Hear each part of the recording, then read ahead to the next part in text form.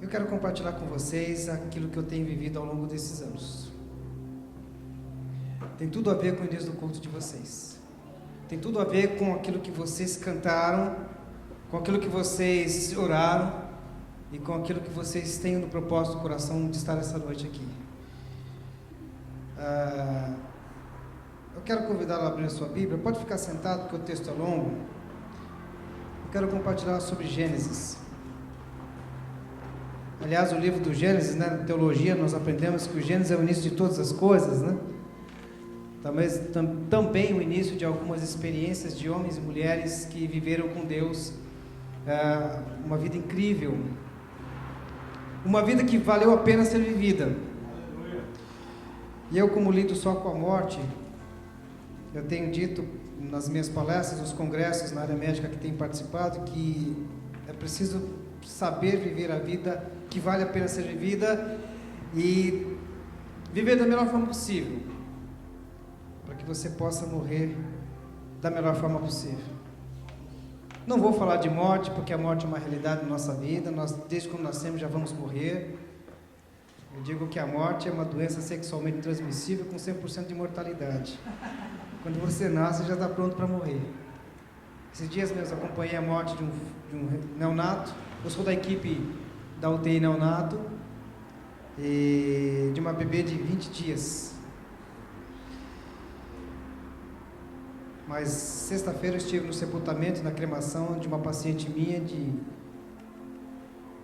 68 anos, nova. Mas também já acompanhei pacientes de mais de 100 anos que morreram. São vidas que passam por nós, vidas que nós acompanhamos dentro de um hospital e que muda o nosso conceito. Se você perguntasse para Moisés se você voltaria para o seminário, faria tudo de novo? Não voltaria.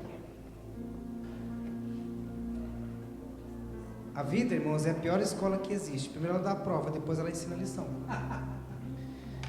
No seminário você aprende teologia, você não aprende a viver com Deus.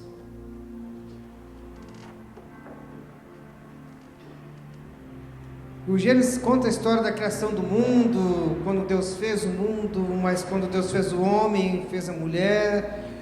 Conta a história do primeiro homicídio, da primeira crise familiar. Conta a história de pessoas que andaram com Deus. Nosso querido irmão Enoque, que na verdade foi levado por um redemoinho, não por uma carruagem. A carruagem separou os dois, e assim por diante. Vem Gênesis, vem Êxodo, vem a história de todo o povo de Israel, mas em especial a Gênesis conta a história de um homem que todo mundo fala, né? Nosso querido irmão Abraão. Não inveje a fé de Abraão. Você tem fé suficiente para ser o Abraão do século 21. Aleluia! Glória a Deus. Capítulo 22 de Gênesis diz o seguinte. Eu não gosto muito do título que foi traduzido do hebraico aqui, mas é uma realidade. Deus manda Abraão matar seu filho. Será que Deus é mandante de crime? Se fosse o dia de hoje, Deus seria mandante de um crime. Sucedeu depois dessas coisas que Deus provou a Abraão, dizendo-lhe: Abraão, e este respondeu: eis-me aqui. Prosseguiu Deus: toma agora o teu filho, o teu único filho Isaque, a quem tu amas, vai para a terra de Moriá, e oferece-o ali em holocausto, sobre um dos montes que te hei de mostrar. Levantou-se, pois, Abraão, de manhã, cedo abordou o seu jumento, e tomou consigo os seus moços, Isaque, o seu filho, e tendo cortado lenha para o holocausto, partiu para o lugar onde Deus lhe dissera. Ao terceiro dia, levantou Abraão os olhos e viu o lugar de longe. E disse Abraão aos seus moços: ficai-vos aqui com o jumento, eu e o mancebo iremos até lá, depois de adorarmos, voltaremos a vós. Tomou, pois, Abraão a lenha do holocausto e pôs sobre Isaque, seu filho, tomou também na mão o fogo e o cutelo, e foram caminhando juntos. Então disse Isaque a Abraão, seu pai: meu pai, respondeu Abraão, eis-me aqui, meu filho.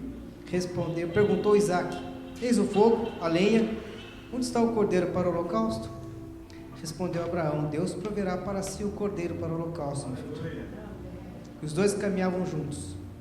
Havendo ele chegado ao lugar que Deus dissera, edificou Abraão ali o altar e pôs a lenha em ordem, arrumou Isaque, seu filho, o deitou sobre o altar em cima da lenha. Ele, estendendo a mão, pegou o cutelo para imolar o seu filho.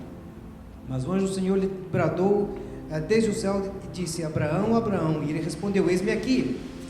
Então disse o anjo: não estendas a mão sobre o mancebo, não lhe faças nada, porquanto agora sei que temes a Deus, visto que não te negaste o teu filho, o teu único filho. Nisso Abraão olhou, levantou, pois, Abraão os olhos e olhou, e eis atrás de si um carneiro embaraçado pelos chifres no mato. E foi Abraão, tomou o cordeiro e ofereceu o holocausto no lugar do seu filho. Depois pelo que chamou Abraão aquele lugar Jeová Jiré, de onde diz: até os dias de hoje, no monte do Senhor se proverá.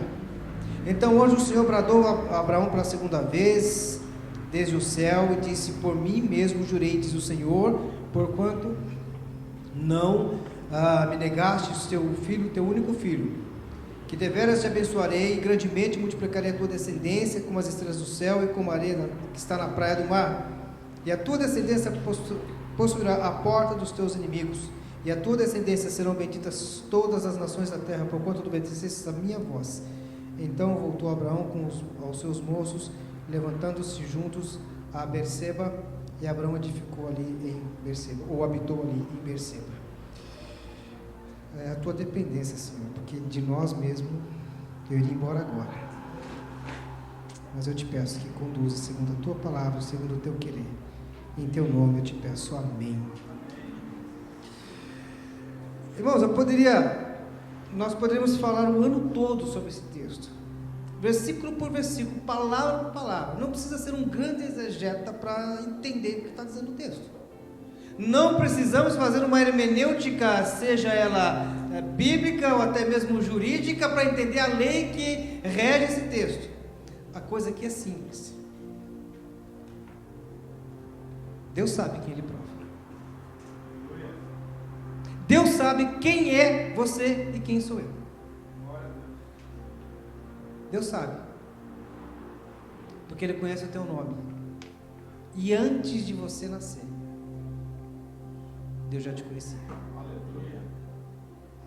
O maior milagre é o milagre da vida, porque é uma chance em bilhões. Mas aqui está um homem velho, feliz, realizado, não lhe faltava dinheiro, porque ele era rico. Isso é irrelevante, mas era importante naquela época. Não lhe faltava uma linda esposa. Sara, segundo o que diz os estudiosos e alguns documentos arqueológicos, Sara era uma mulher extremamente bonita. Inclusive os escritos de Qumran foram bloqueados para que não houvesse escândalo na própria Igreja Católica Apostólica Romana, porque o texto fala de uma mulher extremamente linda e sensual. E a maior realização desse homem foi ver a promessa de Deus realizada na sua vida, ter um filho. Tudo caminha bem. A vida de Abraão é uma vida de rotinas, através de rotinas, como a nossa vida, como a minha vida. Você acorda amanhã cedo, você vai pegar o ônibus, o trem, o metrô, vai para o trabalho. Eu acordo amanhã também, eu vou para o meu plantão, eu vejo os meus pacientes, eu vou à noite para a faculdade, eu dou aula, eu volto para casa. A nossa vida é uma vida de rotinas. Nós acostumamos e sabemos o que é a nossa rotina. Na vida do próprio Abraão era uma rotina, só que essa rotina foi quebrada pela palavra do seu Deus. Só que foi uma rotina difícil, né? Verso 2 diz: agora toma o teu filho, teu único filho Isaque, a quem amas, vai à terra de Moriá e oferece-o ali em holocausto. Parece simples, né, irmãos, ler esse texto? Parece tão bobinho ler esse texto. E se eu for ler a sequência do texto, eu não vou perceber nada do que o texto está querendo me dizer. Pera, o que está acontecendo? Que Deus é esse que me dá um filho e agora Ele pede para eu pegar esse filho e matar esse filho? Quem é esse Deus? Estranho isso. Toma teu filho, quem você ama. Quem de nós, irmãos, em sã consciência, pegaria o nosso filho e levaria para morrer? Ninguém. Nos dias de hoje falaram: Abraão, você é louco. Você é louco, você precisa ser preso imediatamente por tentativa de homicídio. Não sou advogado, mas quem é advogado sabe muito bem mais do que eu. O pedido de um Deus para uma obediência absurda. Pega o teu filho, leva lá e sacrifica. Irmãos, não foi tão simples assim. Esse homem passou 3 dias remoendo aquilo. Porque não foi no dia seguinte, ele não pegou a mala, juntou tudo, pegou o ônibus, o avião. Não. O texto diz: levantou, pois, pela manhã, abaldou o jumento, pegou o seu filho. A noite foi uma noite angustiante para Abraão. E ele não pôde compartilhar com a sua esposa. Porque antes de Isaac morrer, Abraão seria morto por ela. Ela mataria esse cara. Ou colocaria para fora de casa. Seria a primeira agressão física ao marido na história. Abraão ia apanhar tanto de Sara. Ele guardou aquilo para si mesmo. Ele ficou angustiado. Ele teve que dormir com aquilo, com aquele pedido absurdo de Deus. Ele teve que digerir aquilo. À noite ele não dormiu, ele passou a noite claro. Com certeza esse homem ficou pensando, rodeando, olhava para um lado, olhava para o outro, inquieto, vendo que a minha vida acabou, porque amanhã eu tenho que obedecer ao Deus que eu sirvo. E essa obediência é absurda, porque eu tenho que pegar o meu filho e levar para o monte sacrificar. Que Deus louco é esse?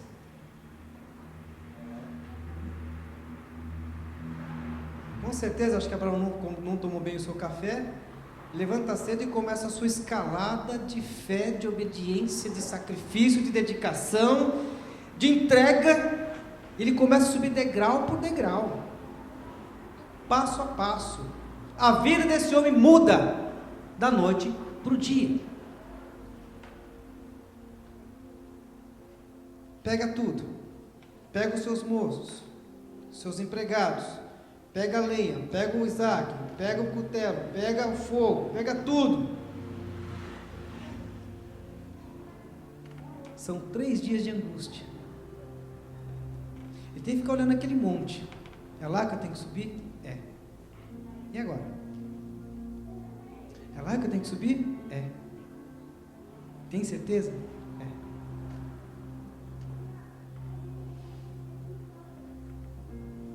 Outro dia eu acompanhei um pai que precisou levar seu filho para o centro cirúrgico. Ele falou: Moisés, mas Deus não vai fazer o milagre? Eu falei: não. Ele tem que ir para o centro cirúrgico. Mas tem que mesmo? Tem. Eu falei: se despede do seu filho e confia. Ele falou: mas como vou confiar? Eu falei: porque o primeiro a chegar no centro cirúrgico foi Deus. Ele está lá esperando.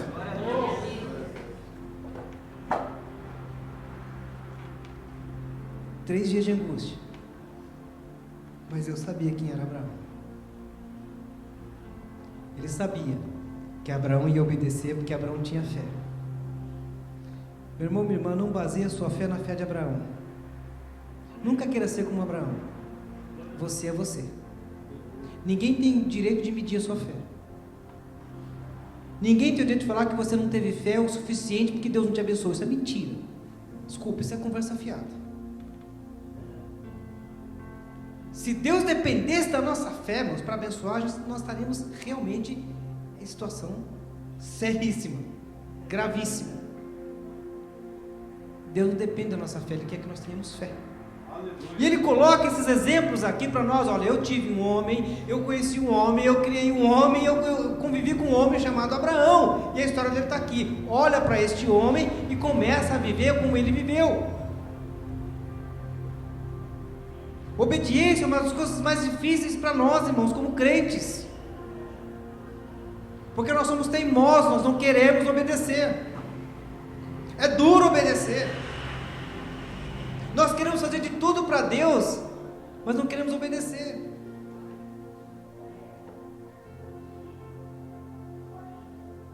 Depois de 3 dias de angústia, esse homem tem que sair com esse filho e subir ao monte. Aí começa, meus amados, a grande caminhada difícil desse homem. A grande escalada desse homem, escalada mais impressionante, mais angustiante, mais dolorosa que uma pessoa pode ter.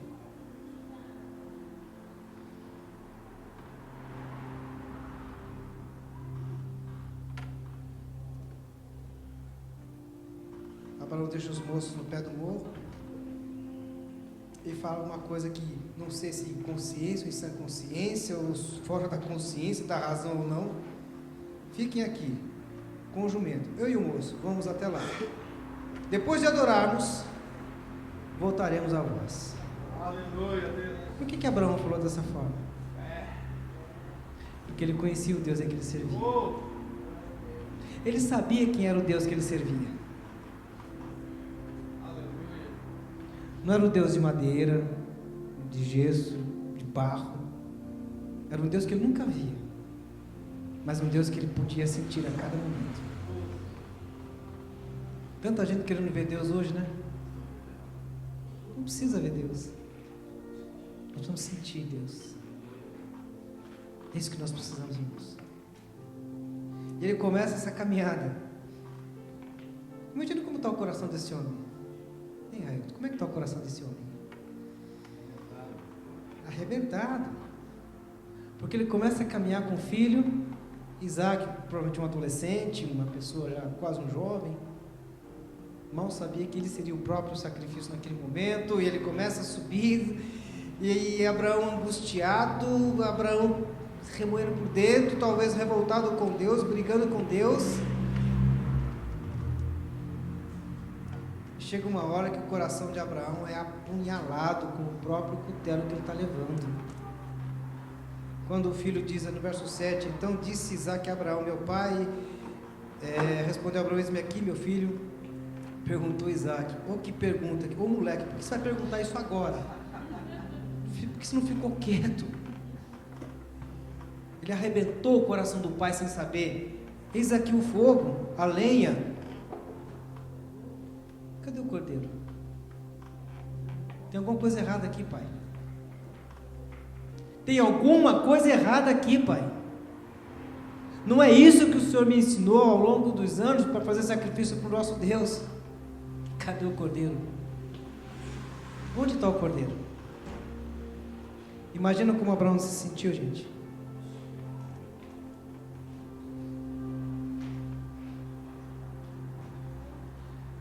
De um coração arrebentado, de um coração ferido, de um coração sangrando, de um coração que estava chorando. Abraão responde: Deus proverá para si o cordeiro.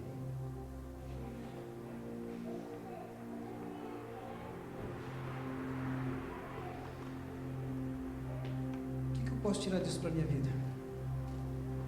Eu nunca vou ter a fé de Abraão. Eu nunca vou ter a experiência de Abraão. Eu vou ter as minhas experiências. Eu vou ter as minhas necessidades. Eu vou ter as minhas lutas.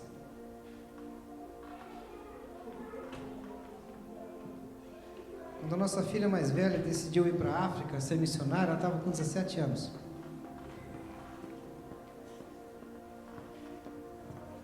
E para nós foi muito difícil, né? Para a Cláudia quase morreu junto com ela. Porque a menina foi embora, a Cláudia pegou uma pneumonia bilateral com lesão no lobo inferior do pulmão direito e esquerdo e quase morreu.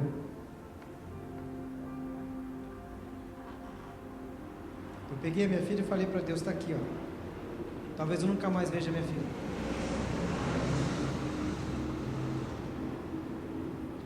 E eu passei 4 dias de angústia, porque eu estava fora do Brasil, num congresso de medicina, remoendo aquilo dentro de mim, no hotel. A minha filha vai embora, ela vai para a África ser missionária. Você poderia ter escolhido outra coisa, né, Deus, para ela? Mas quando Deus chama, Deus prepara, Deus providencia e Deus traz de volta. Para nós foi muito difícil, irmãos, obedecer e ter fé, porque nós ficamos sem ver a nossa filha 4 anos, a não ser por videoconferência. Isso quando eu conseguia pegar lá.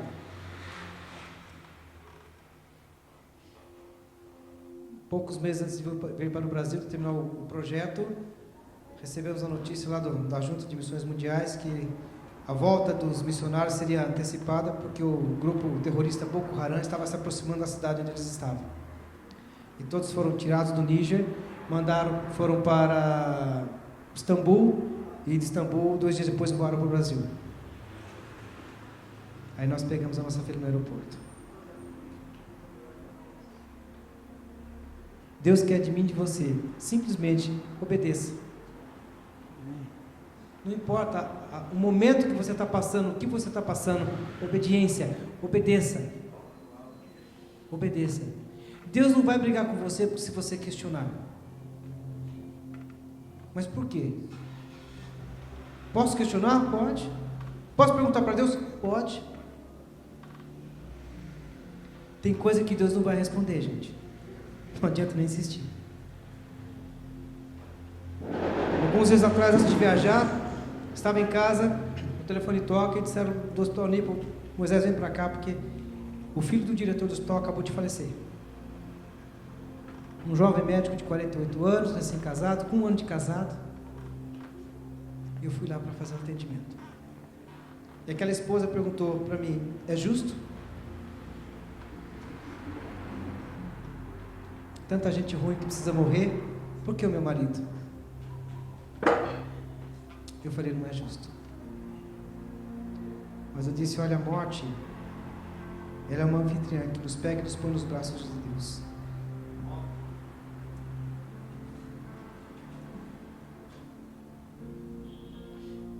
Segunda lição que eu tiro desse texto, irmãos, é que Deus conhece a minha angústia e a sua. As noites em claros que você e eu passamos, não passam em branco pelos olhos de Deus. Aleluia. Simplesmente é assim, tá? Ele cuida de todos os detalhes. Estávamos em pleno lua de mel. Aí eu falei para a Cláudia, vamos ver o nascer do sol na praia? Vamos. Nós acordamos às 5h30, né? Amanhã. Nós arrumamos, fomos para a praia, tudo escuro. De repente começa o sol, ele começa a nascer lá embaixo, no horizonte. Deixando aquele mar escuro vermelho, ele começa a sair. Eu pude pensar no texto que o Salmo diz que os céus contemplam a glória de Deus, o firmamento anuncia as obras das suas mãos. Aleluia. Deus é Deus, gente. Deus é Deus. Não importa o que eu estou passando, o que você está passando, Ele continua sendo Deus. Ele continua sendo Deus. É melhor obedecer. Fica tranquilo, descansa no Senhor, espera nele. Aquieta o teu coração. Você não sabe o que eu estou passando. E nem eu sei o que você está passando. Mas o seu problema não é o meu, nem o meu é o seu. Mas nós temos uma coisa em comum. Temos o mesmo Deus que sabe o que você está passando e o que eu estou passando. Ele cuida de cada detalhe. E lá na praia, passeando, eu e ela, curtindo nossa lua de mel, fomos caminhar. Ela foi pegar a conchinha, como sempre. Que o amor não faz, né? Também aproveita para pegar um bronzer, né? Fiquei pegando conchinha com a minha esposa. Mas nós fomos até o pier, na praia, e a maré estava alta, muito agitada. E ali no pier eu vi um mergulhão. Em meio àquele mar turbulento, o mergulhão estava lá. Tá boa. Daqui a pouco eu mergulhava e saía com um peixinho na boca. E comia. Café da manhã. Mergulhava, outro peixinho. E mergulhava, outro peixinho. Ele estava aqui, daqui a pouco ele estava na outra ponta, ele volta para cá. Ele mergulhava. Ele mergulhava no mar revolto, porque lá no fundo, Deus da providência estava preparando um peixinho para ele. Você acha que ele ficou sentado na cadeira, tomando sol que nem eu e você? Não.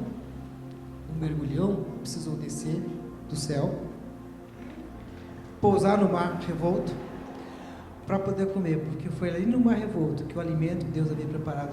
Eu disse para Cláudia, olha como Deus é maravilhoso. Ele cuida das aves dos céus.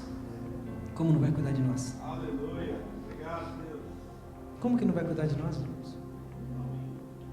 Detalhe tão pequeno, né? Um mergulhão na praia pescando. E nós, réis mortais, preocupados com o dia de amanhã. Quando ele fala, descansa, filho, vai dormir, fique em paz. Aquieta o coração, aquietar de saber que eu sou Deus. Foi o que aconteceu com Abraão. Ele obedeceu, ele viveu a sua angústia. Deus não nos livra da angústia. Ele permite que a gente viva angústia. Ele permite que a gente passe por momentos difíceis. Mas Ele sabe, Ele está no controle. Eu tenho dito para os meus pacientes, meu amigo, é um dia de cada vez. É um passo de cada vez. Dificuldade, todo mundo vai ter. Agora, o que eu não posso fazer é transformar minha dificuldade em desastre na minha vida. Amém. E também não posso ficar dependendo dos outros para aumentar a minha fé. Eu tenho que ver as experiências que Deus preparou para a minha vida. Amém. Eu preciso. Ontem, na sexta-feira, também me chamaram para acompanhar o velório, a cremação de uma paciente nossa. Eu fui até o crematório da Vila Alpina. Chegando lá, o filho da paciente pediu se eu podia dar uma palavra.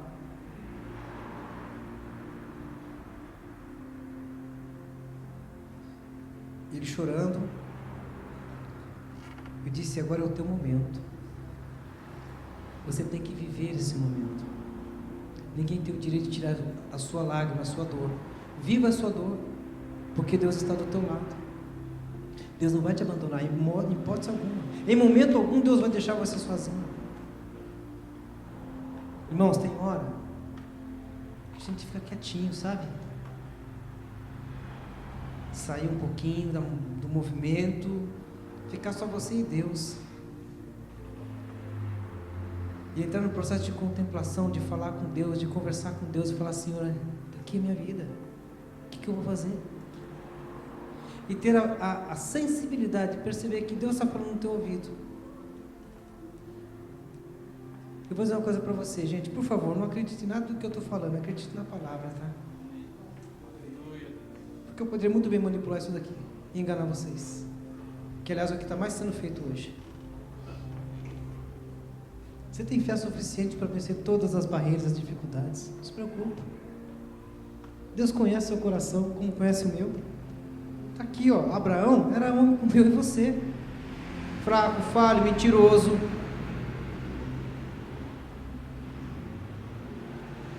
Foi marido, foi pai, foi empresário, foi tudo.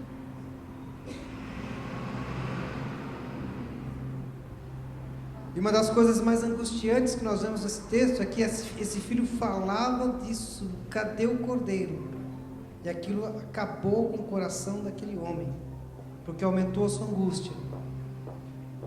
E o que mais me chama a atenção também nesse texto, irmãos, entre tantas milhares de coisas, é que no verso 13 diz, levantou Abraão os olhos e olhou. Olha o problema não da sua perspectiva, não, mas da perspectiva de Deus. Você vai vencer. Mas tem que passar pela luta. Tem que lutar. Tem que perseverar.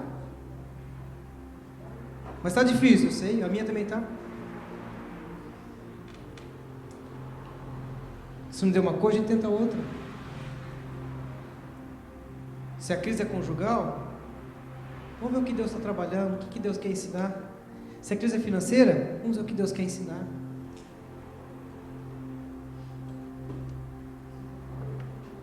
Esses dias atendi uma senhora no hospital com a filha, 14 anos, terceira tentativa de suicídio.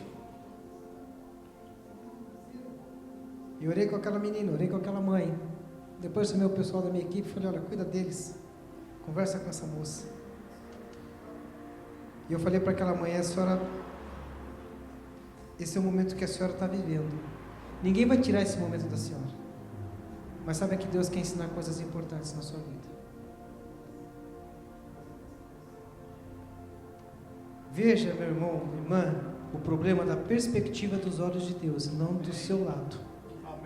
Porque senão você vai fazer que nem Jeremias, né? Lamentações, ninguém cuida de mim, ninguém olha para mim, está todo mundo contra mim. Não. Deus sabe como é que Ele prova. Deus sabe como Ele usa cada um aqui, cada vida. Deus sabe quais são os processos mais delicados da nossa vida. Deus conhece. Irmão, são 22 anos de hospital.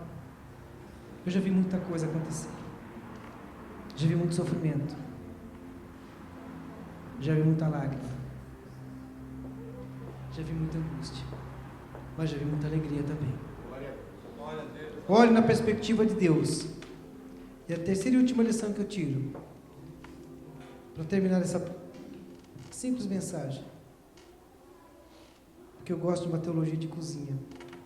Eu gosto de bater papo com Deus, não de fazer onda com palavras difíceis, da hermenêutica bíblica. Isso para mim não me interessa.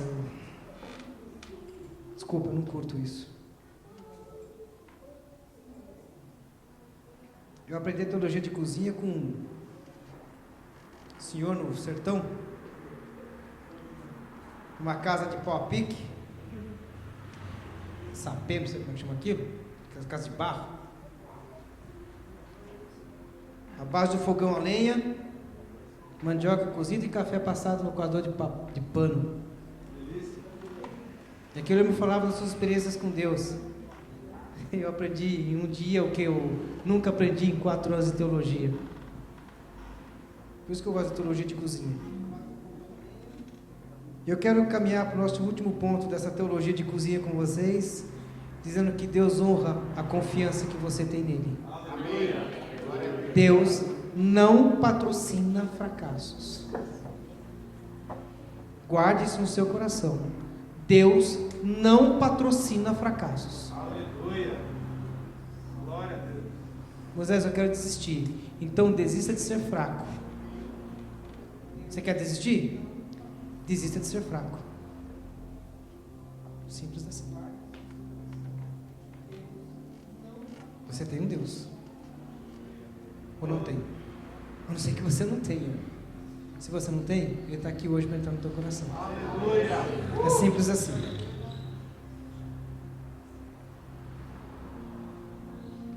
O anjo vem e fala: Abraão, não faz nada. Deus sabia que Abraão ia até o fim. Abraão foi até as últimas consequências para obedecer a Deus. Ele foi até o último momento para obedecer.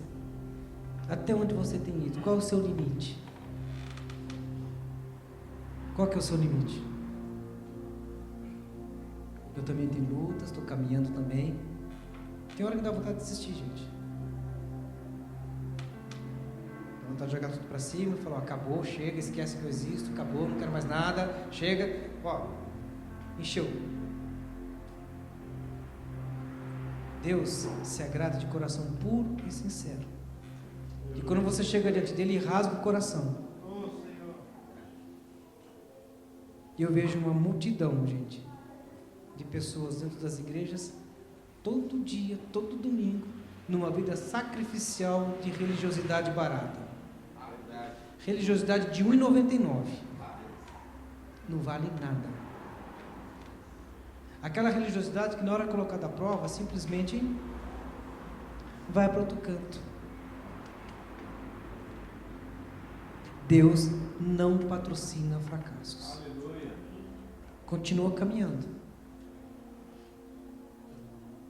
Eu tenho tido uma jornada difícil. Tanto eu quanto a minha esposa. Nós estávamos preocupados porque nossa filha vai casar no final do ano. E aí, Senhor? Difícil, né? Bem, não precisamos fazer quase que nada. Está quase tudo pronto. Deus proverá para si o cordeiro. Meu irmão, minha irmã, Deus proverá para si o cordeiro. Estou aguardando em Deus. coisas que podem acontecer na minha vida nos próximos dias. Mas estou aguardando em Deus, porque Ele sabe do que eu preciso. Ele sabe todas as vezes que eu piso naquele hospital para compartilhar o amor dele com os meus pacientes. Ele sabe da minha jornada, da minha caminhada, da minha angústia, da minha tristeza, das nossas brigas, das nossas crises. Ele sabe. Mas uma coisa eu digo para vocês: eu nunca, na minha vida, experimentei tanto a presença de Deus como eu tenho experimentado nesses últimos 3 anos para cá. E uma coisa atrás da outra, uma bomba atrás da outra, um problema atrás do outro. Mas Deus está sempre presente. Por isso que eu vim pregar hoje, Railton. Porque eu não ia falar de uma coisa que eu não tenho certeza. O que vai acontecer amanhã, não tenho a mínima ideia. Sabe por quê? Nós não temos acesso à agenda de Deus. Tem um monte de gente falando, ó, amanhã vai acontecer isso. Pô, o cara está melhor do que Deus, né? Cuidado com isso. A única certeza que nós temos amanhã é que amanhã é segunda-feira. E que essa friaca do Tibete vai continuar. Pelo menos, né? Já não é tão assim. Mas sabe de uma coisa? O dia de amanhã, quem cuida é Deus. Viva hoje. Viva hoje. Viva um dia de cada vez. Viva a vida que vale a pena ser vivida. Viva a vida que vale a pena ser vivida. Você tem que entregar tudo para Deus. Como vocês acabaram de cantar. O cuidado dele é dele. Ele que cuida. É meu somente o teu trabalho. O teu trabalho é descansar em mim. Descansa, calma. Você acha que aquele mergulhão estava preocupado com a onda? Ele nada, estava mergulhando, porque lá no fundo tinha um peixinho que Deus havia separado. Aleluia. Vai mais fundo, meu irmão, vai mais fundo, minha irmã. Lá tem um peixinho. Lá tem um peixinho, calma. Lá tem um peixinho. E era engraçado que ele levantava e o peixinho no bico, chacoalhando para todo mundo ver. Vai, ó. Ele não podia comer lá dentro? Na água? Podia. Mas não, ele foi, mergulhou, pegou o peixinho e saiu com o seu troféuzinho, chacoalhando para todo mundo ver. Ó, Deus é Deus. Você acha que eu vou me preocupar? Aleluia. Só que ver assim não é fácil, não. Não é fácil. Não é fácil viver dessa forma, tá? Vida cristã é uma aventura que só causa tontura, porque você nunca sabe o que Deus vai fazer no dia seguinte. Você nunca sabe. É a vida cristã, né? Tudo que só causa tontura. Exato, você nunca sabe o que Deus vai fazer no dia seguinte. Amanhã, eu não quero nem pensar. Se eu chegar em casa, eu vou dormir. A minha preocupação agora é chegar em casa e dormir, só isso. Enrolar na coberta, porque se está uma friaca do Tibete, eu quero ficar enrolado na coberta, eu quero dormir. Como diz o salmista, em paz me deitarei e dormirei, porque só tu tem cuidado. Em paz deitarei e dormirei. Deus cuida de cada detalhe. Aleluia. Deus cuida. Deus cuida. Obrigado, Pai, pela tua palavra. Obrigado pelas lutas, pelas provações, pelos momentos difíceis, pelas angústias, pelas lágrimas. Ó Pai, obrigado pelas incertezas, porque sem elas a gente não consegue ver na perspectiva do Senhor. Não nos faça como Abraão, nos faça como cada um de nós devemos ser. Deus, não nos dê âncora na fé dos outros, mas ensina-nos a exercer a nossa fé, porque é isso que nós precisamos. Porque, ó Deus, ou acreditamos ou não acreditamos, é simples assim. Ou confiamos ou não confiamos. E confiar é entregar. Fé não solta no escuro, Senhor. Fé é descansar nos teus braços. Aleluia. É aquietar o coração e saber que só o Senhor é Deus. Deus, não permita que a nossa fé seja confundida com fantasia. Sim, Senhor. Fé e fantasia é totalmente diferente. Ensina-nos a fé que o Senhor quer para a minha vida, para a vida de cada um aqui. Porque essa fé é a fé que o Senhor escolheu para nós. Eu não quero a fé de Abraão, não quero de Isaac, não quero de Jacó, não quero de Moisés, não quero de ninguém. Eu quero a minha fé. Essa é que o Senhor está lapidando no meu coração. Aleluia. É essa fé que eu preciso. Por isso eu caminho de fé em fé. Porque eu sei que só o Senhor é Deus. É verdade. Fica com cada um. Te peço, te agradeço. No nome do teu Filho Jesus. Doce nome. No nome de Jesus. Amém. Aleluia. Glória a Deus.